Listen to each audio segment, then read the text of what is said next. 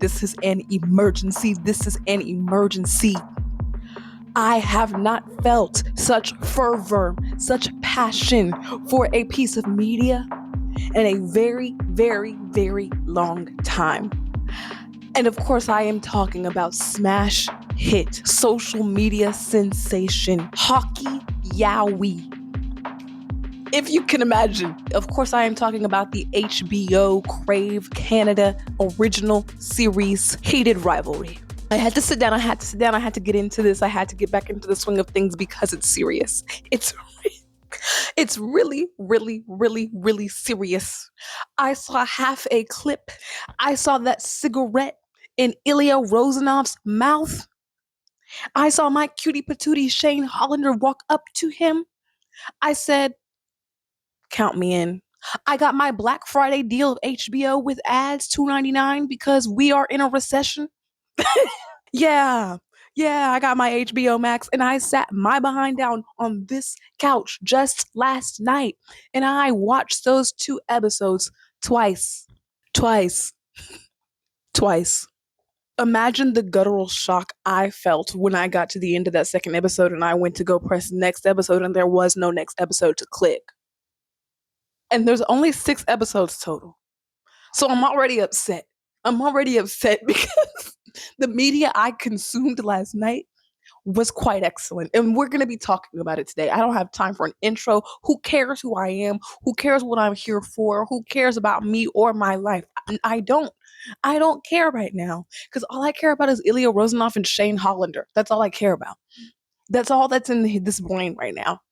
A fixation has not hit the streets like this since crack cocaine. Welcome to No One Listens to Kendall, the show where I talk like no one's listening. Like I said, who gives a fuck? I have notes. Because it is serious. I saw the first scene and I said, oh, I'm actually in store for cinema. I'm actually in a position to be watching cinema right now. Let me get my happy ass up and take notes. We have hockey superstars, rivals, Ilya Rozanov, Shane Hollander. First of all, gorgeous, gorgeous names. There's something about the name Ilya that is so fitting. It is so like, ooh, but then the Rozanov, the dichotomy. 6, Russia is really up right now. Canada, up. Wasia, the nation, the Republic of Wasia is really up right now. It's really, really, really, really up. The actors, Hudson Williams, Connor Story. I fear you guys have done your big one. You've done your big one, first and foremost. Hudson Williams, you look Wasian in the same way that Joseph Gordon-Levitt looks Wasian. You look Wasian in the way that Miranda Cosgrove looks Wasian. So when I went to your Instagram and I saw the Korean in the biography, I said, half Korean? Because, like, we don't always get accurate casting. So I was like, maybe he's just white and he looked like this.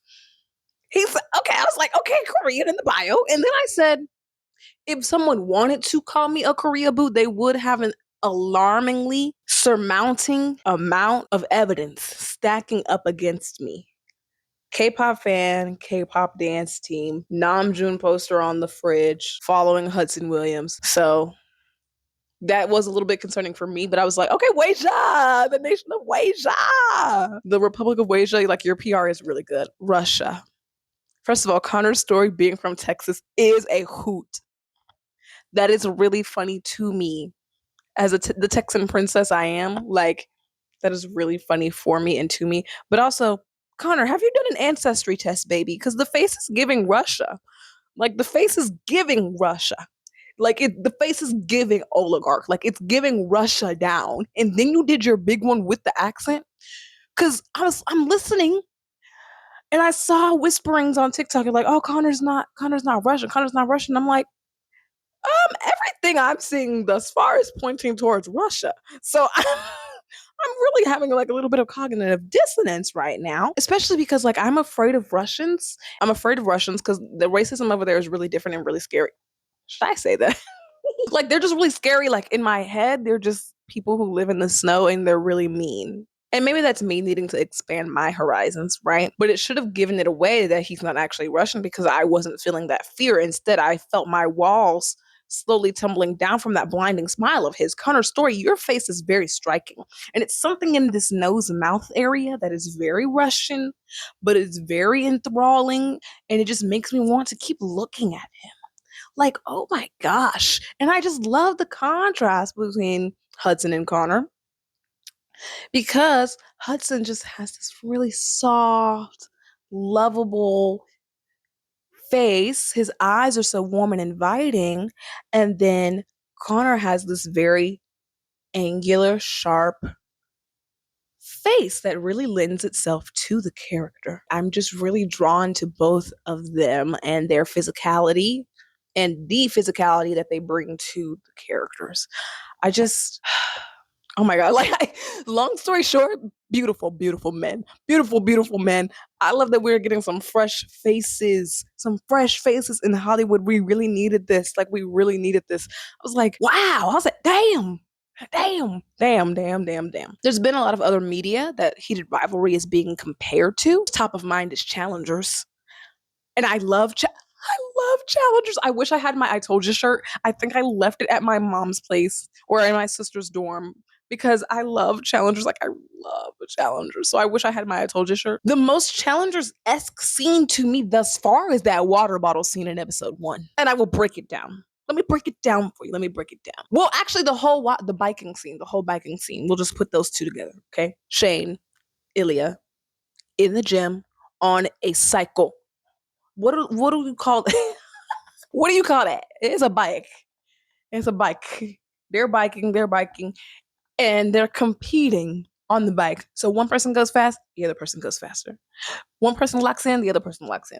One person takes their hand off the handles, the other person takes their hand off the handles. Oh, metaphor.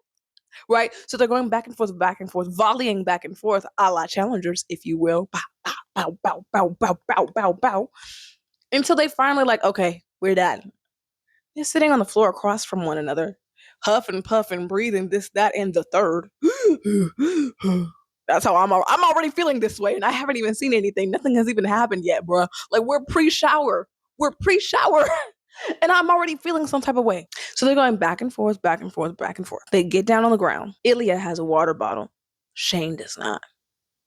So Ilya's drinking a water bottle. Eye contact maintained throughout the entire exchange, mind you. Glug, glug, glug. Are we still talking about water?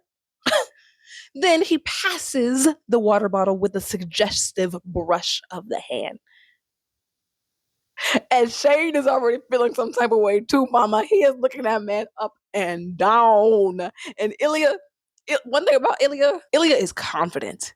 And it takes real confidence in order to portray this type of confidence that Ilya has. Therefore, Connor, you really, really did your big one. The accent, the confidence, the face, the body, the mannerisms, the idiosyncrasies, the characterization. Like,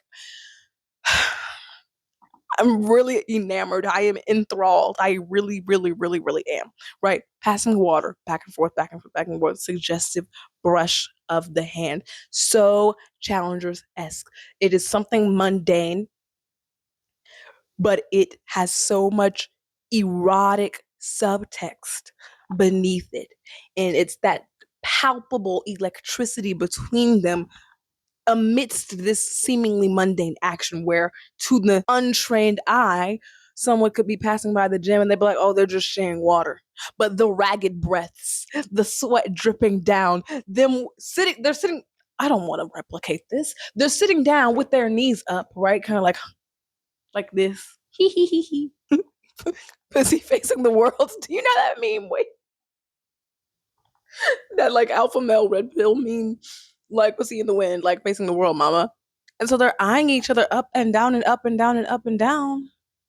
And mama, this is just the predecessor. Like, this is just the intro for when they get to the shower to really see it all. It's like, see it all, mama. This was just the appetizer. I said, well, goddamn. This is already steamy. And we haven't even we haven't even gotten to what we're gonna get to. Then they're in the shower. And like I said, it's really Ilya for me. Like, it's really Ilya for me. It's really Rozanov for me. It's really Rosie for me. Because he in the shower and he is lathering himself up while keeping direct eye contact. Dude, the confidence. I would have folded. Like, I don't blame Shane in the slightest. I do not blame Hollander in the slightest. Because me the fuck too. Like, me. Obviously, we're getting some Yuri on Ice parallels. Gay, Russian, Asian man, sport. The people yearn for Yuri on Ice. Why did y'all scrap that movie? Please run it back. Run it back. The people yearn for Yuri on Ice. A Yuri on Ice live action would. I just started thinking about a Yuri on Ice live action. Wait, please. I would cast. Let's go ahead and just cast Connor again. I know he don't look like Victor, Nikki, but he does not look like Victor. But we're gonna have to dye that hair or something. Because no man should be able to play a Russian like this and you not actually Russian and you learn Russian for the role and the street saying your pronunciation is good. Let's go ahead and run it back. And now I'm like, dang, we can't replace Hudson. So we're going to just do this again with Yuri on Ice. We're going to have Hudson and Connor return. Hudson obviously is going to be, I'm forgetting the other man's name, Victor and Yuri, duh. Obviously. And we're gonna run it back. Just mark my words. Don't worry. We're gonna get another short series with them. And we're gonna get season 2 of this, mind you. I heard there were multiple books plural, books with an S. Consider me tapped in. After this first, I'm gonna wait till after the first season just so I can enjoy this without really knowing where it's going. I've managed to avoid spoilers thus far. So we're just gonna have to deal with that.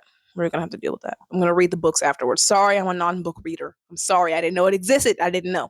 If I would have known, I would have tapped in. But ain't nobody told me. Nobody told me nothing. I had to see a fuck-ass half a clip on TikTok for me to go buy HBO Max and go see this. Like, it was really divine intervention. Like, it was really the universe that led me to this. And I couldn't be happier. And then what was the other media that it was being compared to? Well, that I was comparing it to. Challengers, Yuri on Ice, Red, White, and Royal Blue. This was giving me Red, White, and Royal Blue vibes because when I looked up the title, Heated Rivalry, the information about the HBO show wasn't coming up first. It was all the information about the book. So I saw the book cover and I was like, it's giving typical YA book cover, that illustration style, that kind of like corporate illustration style with nondescript hockey players on the front and like the pastel colored hand-drawn lettering in the middle. Like, it was giving very that. So I was like, oh, is it going to be kind of cheesy? Like Red, White, and Royal Blue, because Red, White, and Royal Blue had a lot of potential, but I think it just wasn't, in my eyes, created with the intention of it being like super, super serious. Is that fair to say? Like, they leaned more into the comedy of it, the bad green screen of it all. Like, the lighting wasn't really like super, super pretty. Like, the set design wasn't really this, that, or the third. It was kind of like, we know this is going to do good regardless because of the narrative, so we're not going to pour a lot of money into it up front. Conversely, this is shot beautifully. This show is shot really beautifully. It's lit really beautifully too. Like, there's definitely still some parts that are a little dark. I don't know if maybe that's a trend lately. I don't know what's going on where I feel like I can't see. But there's some really interesting framing. They do a lot of interesting shots with headspace. I'm thinking about season 2. I'm thinking about episode 2 where Ilya is alone up in the nosebleeds to kind of show his isolation. They put a lot of headroom and then he's just in the bottom of the frame, kind of looking over the top of the ice, a la Mr. Robot, like that headroom vibe. Very Mr. Robot cinematography wise. And just like a lot of attention on the rule of thirds and making sure that things are framed really beautifully. That the very, very, very, very first scene, I went and grabbed my notebook because I was like, oh, I need to lock in, because they do rack focus. I just feel like we don't do that. Like, the kids are not doing rack focus anymore. Ilya smoking. We're in a diagonal because they're against a wall.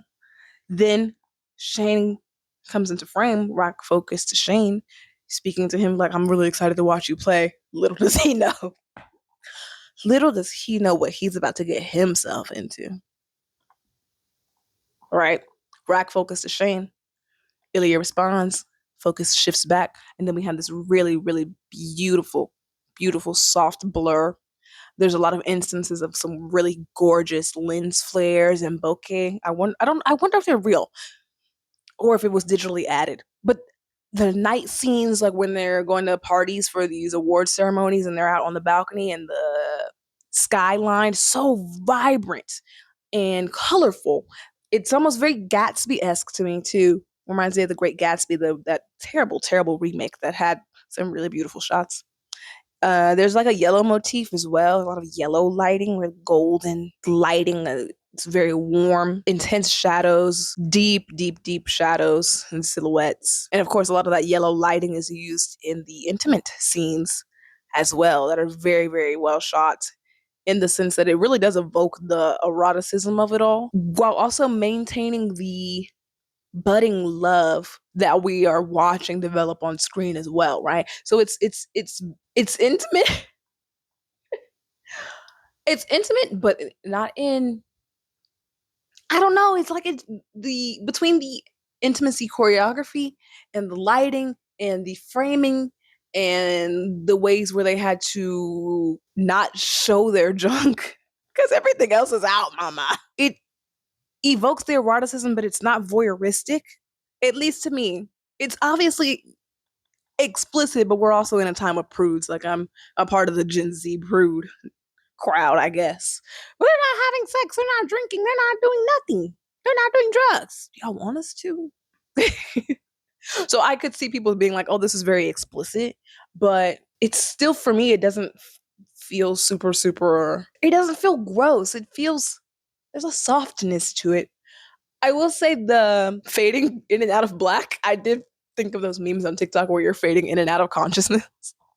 It did kind of evoke that. It also kind of felt like the vibe of lapses of memory, or like you're enjoying yourself so much that you kind of are fading in and out of reality. That's kind of how I was vibing with it. And then the time jumps too. I could see that being kind of jarring for people because we've already experienced 6 years in 2 episodes. But in the same breath, Shane Hollander, I get you bad. Because one thing about me, I'm going to fixate on a person for years on end. Like, I cannot like people casually. I cannot like media casually. I'm just incapable of casualty. I'm incapable of it. So Hollander, I really get you. I don't even fault you there, brother. It's just, I was like, whew. Damn, like, cause isn't the first scene in 2008? Mama. But kind of going back to what I was saying about challengers, I'm looping it around and hoping something connects. Because I'm really frazzled. Like, I'm trying to tell you, I'm in a state of emergency. I'm in a state of panic. Like, I don't even know what to do with myself. Like, that's how enthralled I am by this. The subtext in challengers is that line between mundanity, sports, eroticism, love, the obligations you have towards the people that you love, being able or not being able to admit that you love the person you love, each person kind of wanting something slightly different from the other, and they're using the sport to convey this emotion. Shane is kicking that ass in one of the seasons. I'm sorry, I really don't know anything about hockey. I'm really sorry. So that is really all lost on me.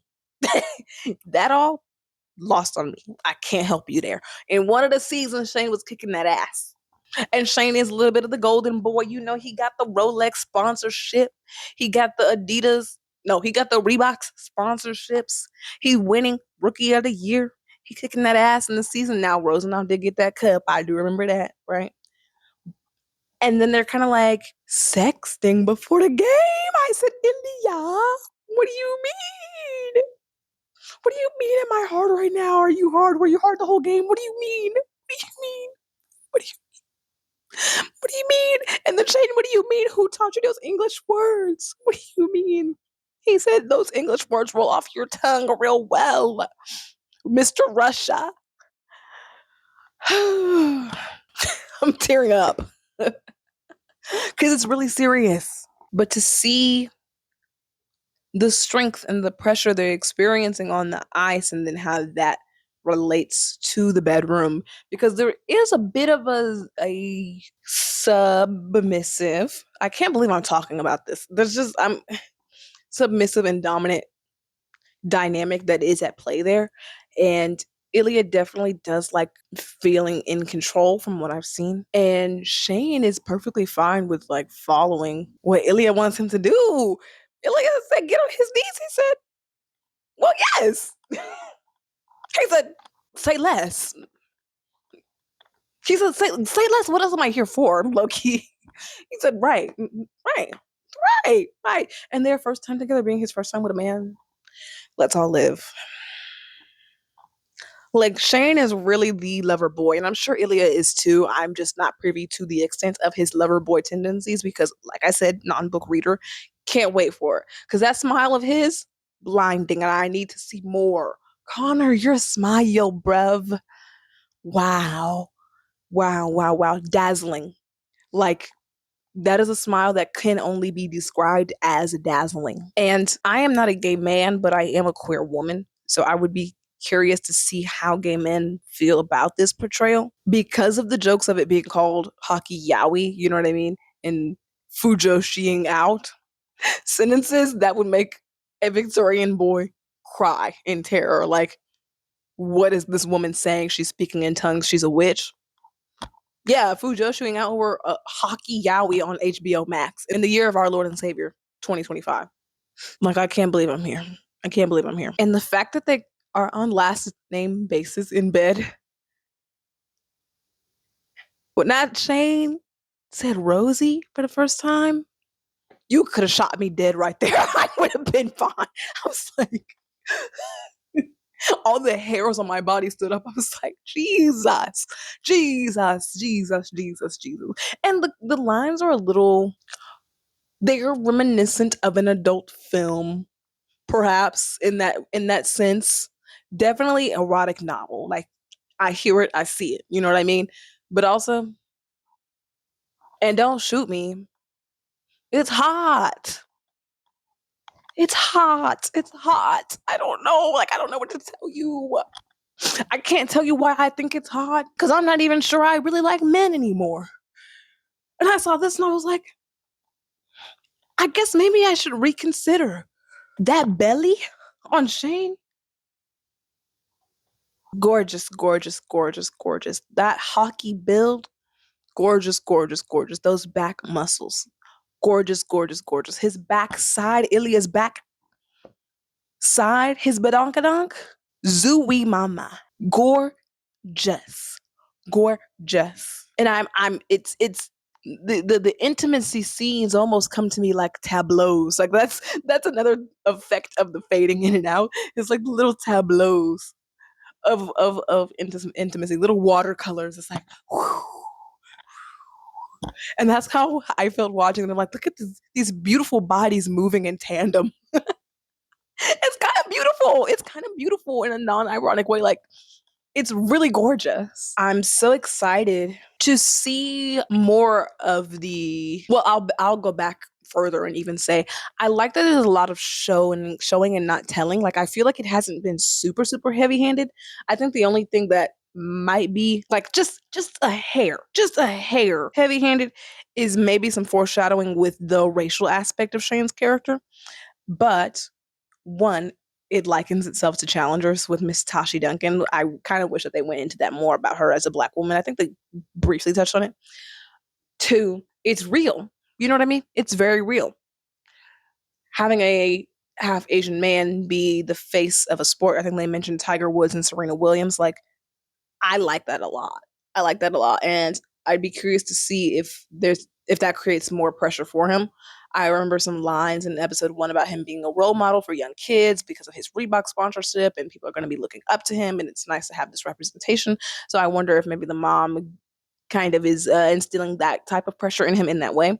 And then conversely with Ilya's character, it is implied that his father might have like early onset Alzheimer's or dementia. And I don't know what the hell is going on with that brother of his, but he needs to get it together. Get it the fuck together right now. And excuse my French. We'll circle back to that.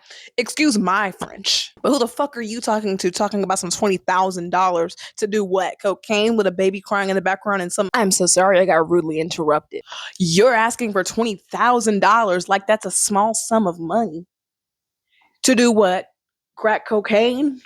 Heroin? Like, what the fuck are you doing? And there's a baby crying in the background and some nondescript woman, you're asking me for $20,000, and then you're gonna cuss and call me out my name in the next breath? Who the fuck do you think you are, big brother? So I need to know some more about that so I can properly whoop that ass with my voice, with my words. So I can properly whoop that ass. Because there's no justification for that, big brother. Big brother. Also, how much money are hockey players making? Should I be grafting on some hockey players right now? Is that whose DMs I should be thrusting myself into? Because $20,000, what the hell do you mean? And you got it and you sending it the next morning? The next morning? And Ilya, what does your brother have over you that you feel the need to actually send that to him? You think that's gonna make him like you or something? Like, I need to know. I don't know nothing. I didn't read the books, you know what I'm saying? So that was pissing me off majorly because Ilya, you don't deserve that. You're working hard for this money. That money should be going to you. And I don't really know what's going on with Svetlana. I was like, they hook up? She's gorgeous though. So I wouldn't mind, you know what I mean? Me personally, I would also be hooking up with Svetlana if she was my childhood friend because look at the material. So I'm curious about where that's going to go in the future. A birdie told me next episode is a filler episode. We don't have time for filler. Give it to me now. Filler episode. We'll see what episode 3 and 4 is giving later on. And going back to French. I love a romance language. Italian, French, Portuguese, Spanish. I love a romance language. So he spoke that French in that interview. I love those interview shots too. With the bright flashing light, just right center of the frame, and then they're coming in and out, evoking that nostalgia of, early 2000s sports stars. Like those sports interviews, the aesthetic of that was majorly giving. So I quite liked that. That line read on, who told you I said 40 goals? They are liar. They tell lie. I said 50. And the wink. Like I'm saying, I'm trying to tell you, like it's really Ilya for me. Like I have it bad. I have it really, really, really bad. Like it's Shane too, but it's also Ilya for me. For me personally, right here in my heart. It hurts because it takes real confidence to be able to portray that on screen, and I feel it. It's radiating in waves off the screen. Connor Story. Reveal yourself to me. 1, 2, 1, 2, 3. Release them. Like,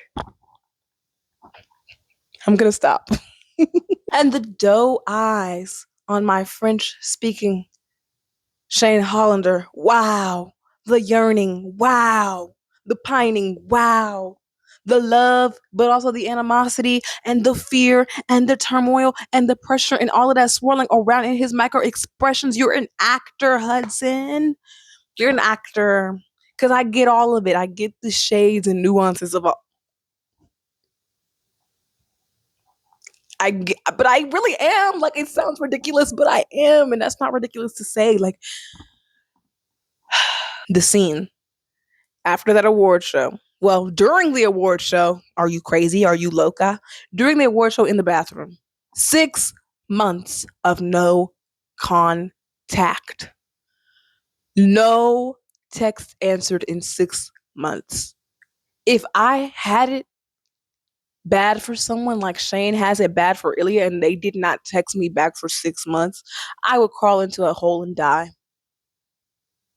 And ooh, was my baby hurting for it. Shane was hurting because I felt every emotion when he put that head on that shoulder and he came back up with them weepy, tear misty eyes. I felt that emotion because damn, I know that hurt. It's the elation.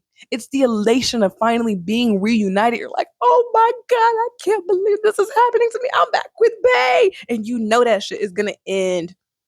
You know that shit is going to end real soon. And you got to sit through the rest of the show and then a party after. And he happily answered. He happily followed that request. Ilya said, we going to go outside. We're going to sit through the rest of this boring ass show. We're going to go to this boring ass party. And then we're going to go back to my room. And what did they do when they went back to that room, you might ask? He had that boy sitting up on the bed and touching himself for his viewing pleasure. And I'm about to make another comparison and y'all not gonna like it. Baby girl, 2024. You either understood it or you didn't. Me personally, I think I understood. Because we don't even got to get into that though. You know what I'm saying? We don't even have time for that. In the great year of our Lord 2025, we don't even have time for that. So I'm not even going to get into that, but the submissiveness of it all.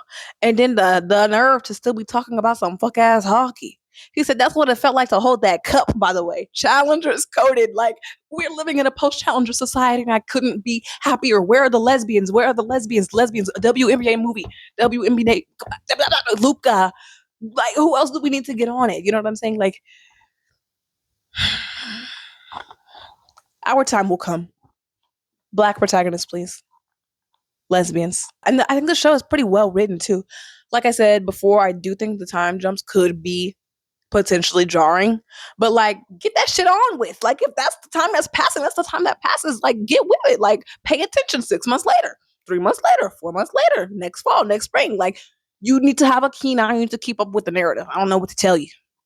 I really don't know what to tell you. It's been 6 years. You ain't never been in a 6-year situationship? Some of us are not emotionally available. Sorry. Like I said, that when he was crying in that bathroom, I understood.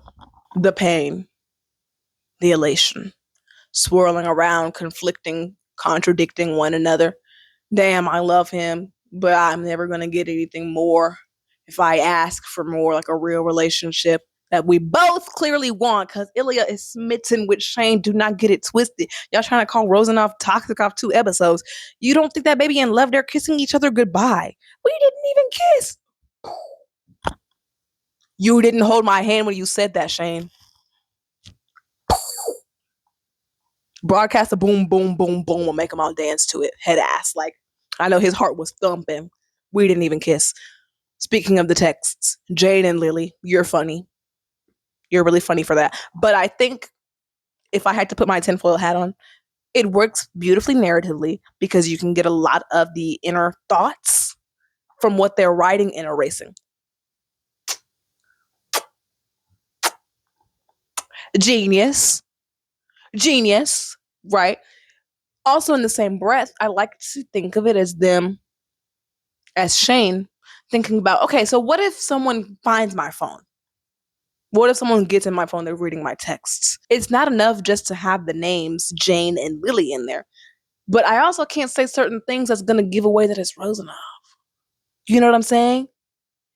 So he's like, why are you sexting me before our game we're about to play against one another? He erases that. Because if somebody sees that, they're like, damn, brother, you're sexting Ilya Rozanov. You know what I'm saying? So it's a mix of having to maintain the secret, but also having their inner thoughts of like what they actually want to say versus what they really say. And again, do not get it twisted just because Rozanov is a flirt. Like, yeah, my baby is a flirt and he's good at it. You know why? Because he's sexy and he knows it. He's sexy and he knows it. Boo-hoo. That makes him toxic. Anyone who thinks Ilya is not in love with Shane, you're not watching the show. You're not watching the same show I'm watching because Connor is doing his big one.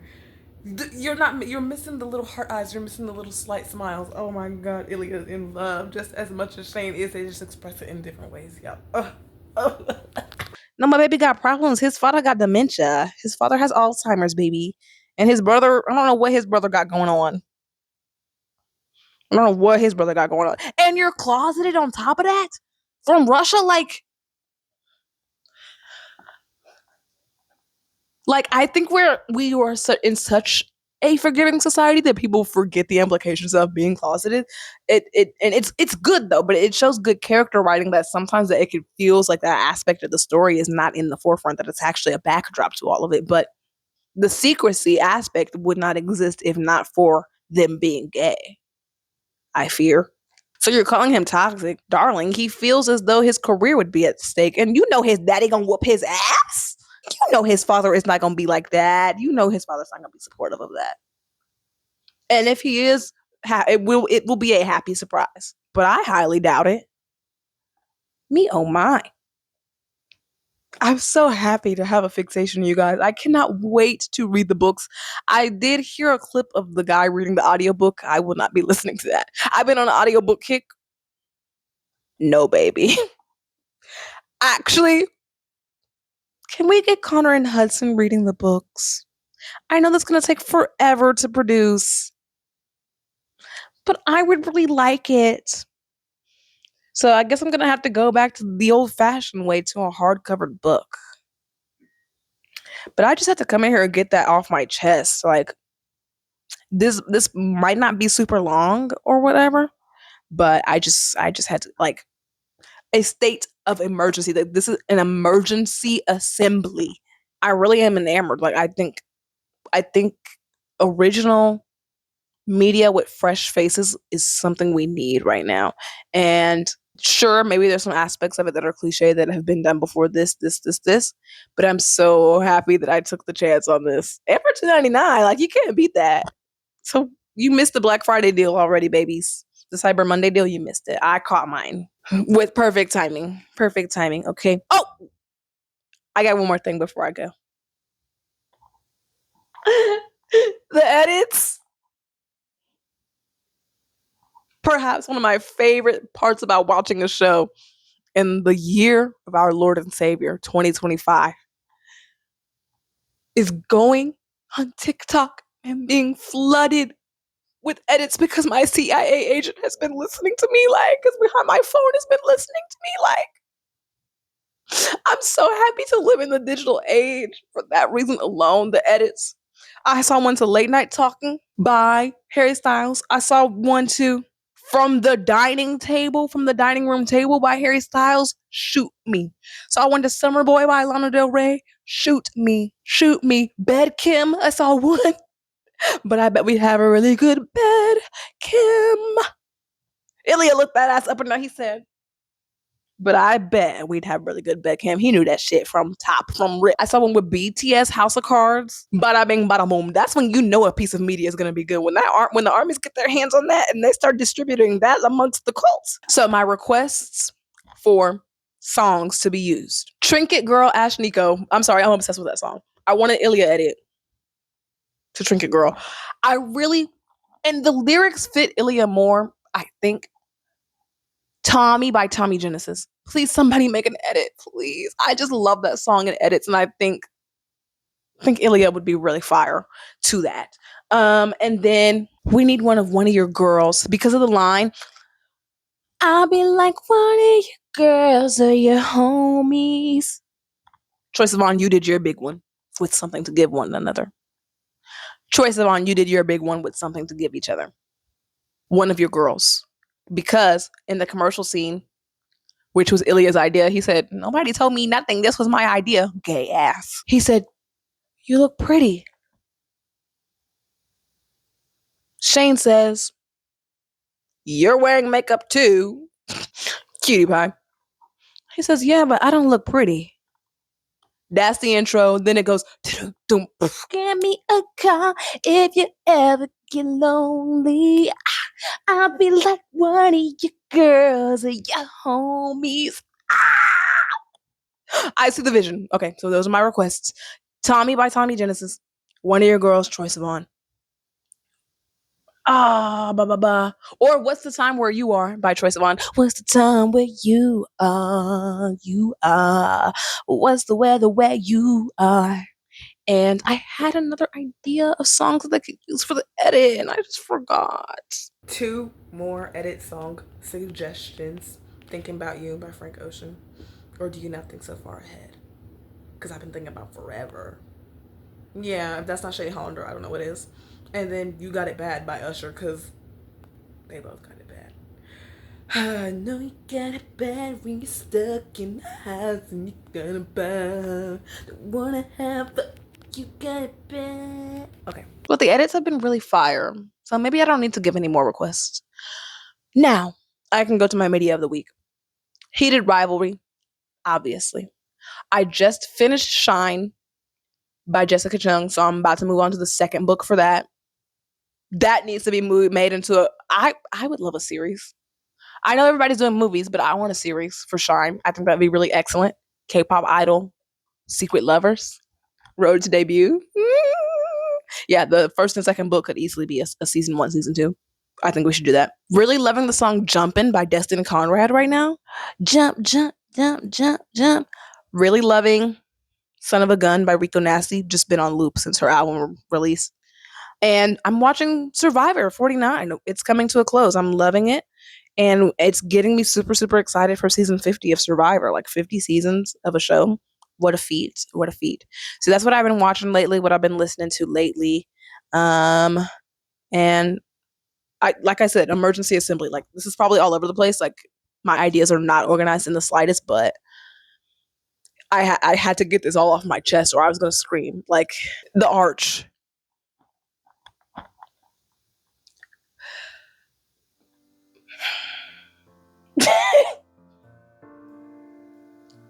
When Hollander is crawling on that bed of who said that? Okay, thank you, bye.